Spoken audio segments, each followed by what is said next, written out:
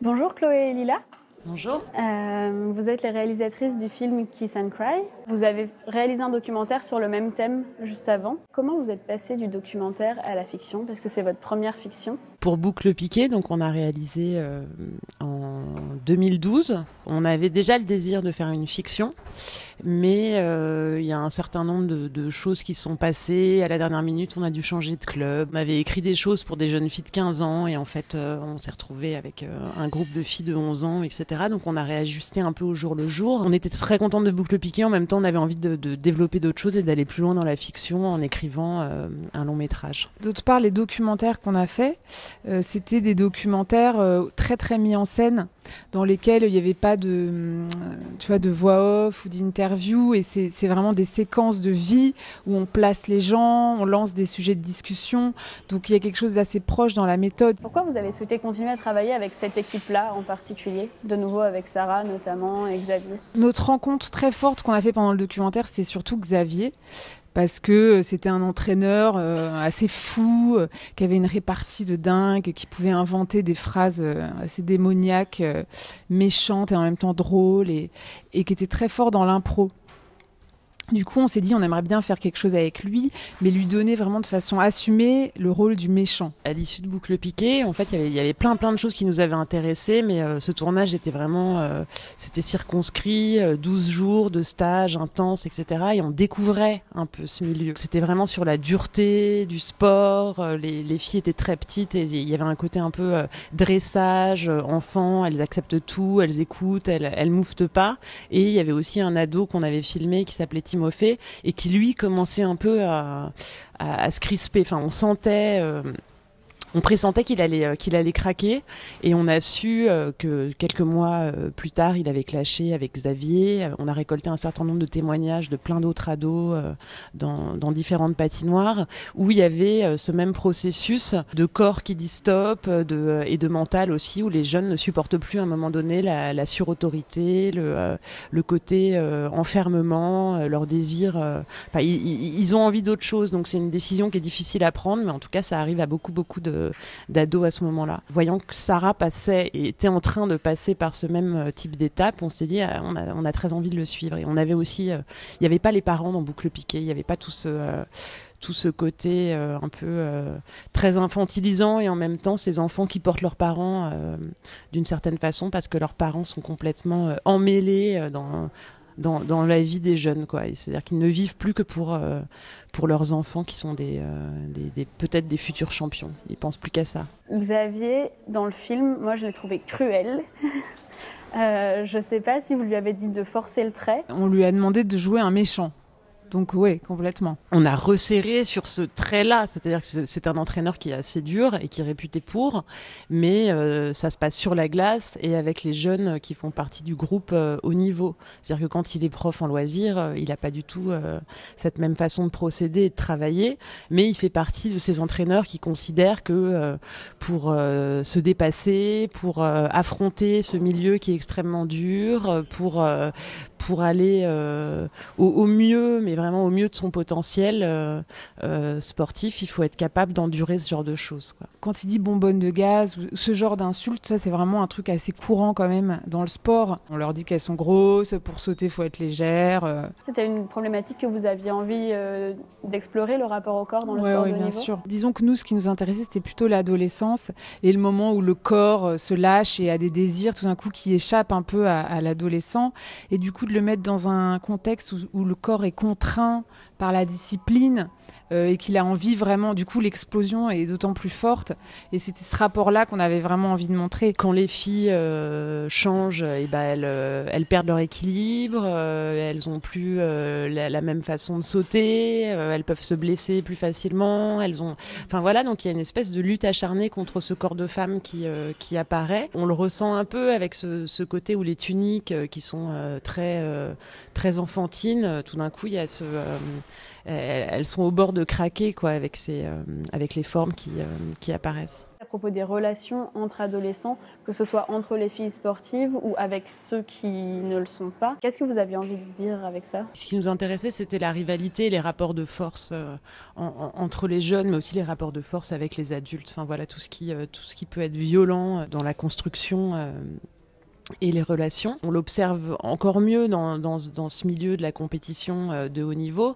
mais ces rapports existent de toute façon entre les adolescents, et nous on y a mis beaucoup de nos souvenirs, des chamailleries, des vacheries, et il y avait quelque chose aussi du désir sexuel qui est tout d'un coup très présent, très en tête. On en a très envie, on en a très peur à la fois. Sur le désir sexuel, il y a un moment où pour moi ça s'apparente à du slut shaming, en fait, le moment où il y a des photos qui ont circulé. Je me demandais si c'était soit quelque chose que vous aviez tiré de vos propres expériences ou que vous aviez envie de mettre en scène parce que vous l'avez constaté. Par moment, on nous demande justement en interview si c'est une forme de dénonciation, etc., alors que pas du tout. Elles font ça effectivement de façon assez légère, c'est une petite soirée. Elles se prennent en photo, on voit qu'elles prennent pas ça comme un truc vraiment important, elles le font de façon légère et ça prend des proportions qui dépassent complètement ce qu'elles ont voulu faire. Et effectivement, parce que c'est des filles, parce que le résultat, la photo, elles ont l'air beaucoup plus femmes que ce qu'elles sont en vrai, parce que ça fait le tour de tous les collèges et de... Voilà, parce qu'elles nous ont raconté, ça existe vraiment, ces trucs où il y a une fille qui se prend en photo et puis toute la ville de Colmar était au courant, quoi. Et la fille se fait traiter de salope, effectivement. Et nous, ce qu'on voulait montrer, c'est juste la naïveté, en fait, de la façon dont ça se fait. Adolescente, on a fait des photos un peu dénudées, entre nous, entre copines, dans notre chambre, ou des trucs qu'on croyait que c'était hyper classe. Et en fait, ça faisait un peu porno quand on allait les développer. On vivait à une époque où, effectivement, les choses restaient plus dans l'intimité. Voilà, mais on avait les mêmes désirs qu'elle, on aurait fait pareil, sauf qu'on se faisait pas traiter de salope, effectivement, parce que personne voyait ce qu'on faisait entre nous. Comment vous travaillez ensemble? Comment vous en êtes venus à travailler ensemble déjà? C'est par le travail qu'on s'est rencontrés, puis on est devenus amis. On faisait un film sur des catholiques intégristes dans une église à Paris, et à Tours. On s'est rencontrés en allant pendant 1 an à la messe, toutes les deux. Au début, on filmait pas, quoi. On allait juste à la messe. On est rentrés dans ce milieu comme ça, assez doucement. Et puis après, on débriefait ensemble, on se racontait ça et on se disait toujours, si on avait été seuls, on n'aurait pas du tout pu le faire parce que parfois on avait peur et puis parfois, c'était assez violent en fait ce qu'on vivait, et à deux ça nous permettait de mettre une distance et puis de rigoler, de débriefer, de passer des moments comme ça. Et du coup on a un peu continué cette méthode là, c'est-à-dire on s'est intéressé en général à des milieux qui sont pas du tout les nôtres. Évidemment il y a le tournage, mais avant ça, comme c'est des milieux qu'on connaît pas, il faut qu'on fasse connaissance avec les habitudes, les rituels de ces gens. Donc on passe beaucoup de temps ensemble avec les gens, on écrit un scénario avec des dialogues, des choses comme ça, mais qui sont vraiment indicatifs. Parce qu'ensuite les gens vont se les réapproprier, puis ça va aller dans des directions qu'on n'avait pas forcément prévues. Mais on a un canevas, et à partir de ce canevas, les gens y mettent ce qu'ils sont, et puis nous entraînent dans d'autres directions, et puis on réécrit après chaque scène, et puis après il y a un scénario qui naît. Merci beaucoup. Merci beaucoup. Bonjour Sarah. Bonjour. Tu joues le personnage de Sarah dans c'est ça. le film Kiss and Cry. À quel moment elles sont venues te voir, Chloé et Lila, pour te dire, parce qu'en fait tu les avais déjà rencontrées? Oui, j'avais 10 ans à l'époque et elles avaient fait un documentaire qui s'appelle Boucle piquée. Et donc 5 ans plus tard, elles m'ont recontacté. Elles m'ont dit qu'elles allaient faire un long métrage. Donc on s'est vus, on a bu un verre et je leur ai un peu raconté mon histoire. Et du coup, elles ont bien aimé et elles m'ont proposé de jouer le rôle principal et j'ai accepté. C'était une grande première pour toi? Ah ouais, j'imagine. c'était incroyable parce que j'avais jamais vécu ça. C'était une superbe équipe et je me sentais vraiment à l'aise. J'oubliais carrément la caméra et ouais, c'était génial. En fait, tu es tiraillée entre ce monde du sport de haut niveau et tes envies d'adolescente. Ouais. Comment tu as géré ça, toi? Moi, quand je faisais du patin, j'avais pas vraiment ça. J'étais plus focalisée sur le sport parce que c'était vraiment une passion. Et donc, je pensais pas vraiment aux copains, à des soirées et tout ça. Mais du coup, quand j'ai déménagé à Paris et que, en fait, je me suis blessée, je me suis arraché les ligaments. Donc, c'est de là que tout a commencé. Et donc, j'ai commencé à grandir, j'ai eu l'adolescence. Et après, c'est vrai que j'ai commencé à à voir mes copines qui faisaient des soirées et tout ça, et c'est vrai que c'était assez compliqué. Mais bon, c'était une passion, donc j'y pensais pas vraiment sur le coup, quoi. Donc t'as arrêté à cause d'une blessure? Pas que à cause d'une blessure, parce que je pouvais reprendre, mais j'avais plus du tout la motivation et le sport, ça me dégoûtait en fait, parce que j'avais plus autant de plaisir qu'avant. Donc je me suis dit que ça servait à rien de patiner. Est-ce que t'as ressenti une pression de la part de ton entraîneur, de la part de ta famille? Ouais, de mes parents surtout, parce qu'en fait on a déménagé de Colmar à Paris, c'était très très compliqué parce que j'avais une énorme pression sur moi et en fait j'ai pas du tout réussi à supporter ça. C'est sûr que pour une fille de 15 ans c'est pas facile, quoi. Ton entraîneur dans le film est ton entraîneur dans la vraie vie? Ouais, c'était mon entraîneur. Du coup quand j'étais petite on avait des relations de... c'était un peu compliqué parce que c'était un entraîneur très très dur, quoi, et sur la glace on n'avait pas le droit de montrer de faiblesse et ouais, c'était assez compliqué. Mais du coup maintenant tout va bien, j'ai arrêté le sport et dès qu'on se voit c'est génial, quoi. Je m'entends bien avec lui, on a gardé contact et voilà. Ça faisait quoi de rejouer avec lui? Ça faisait bizarre au début, mais après je me suis habituée parce que vu que j'ai passé à peu près 3 ans de ma vie à patiner avec lui tous les jours, matin, midi, soir, je me suis un peu habituée au rythme et j'avais l'impression de revenir dans le club.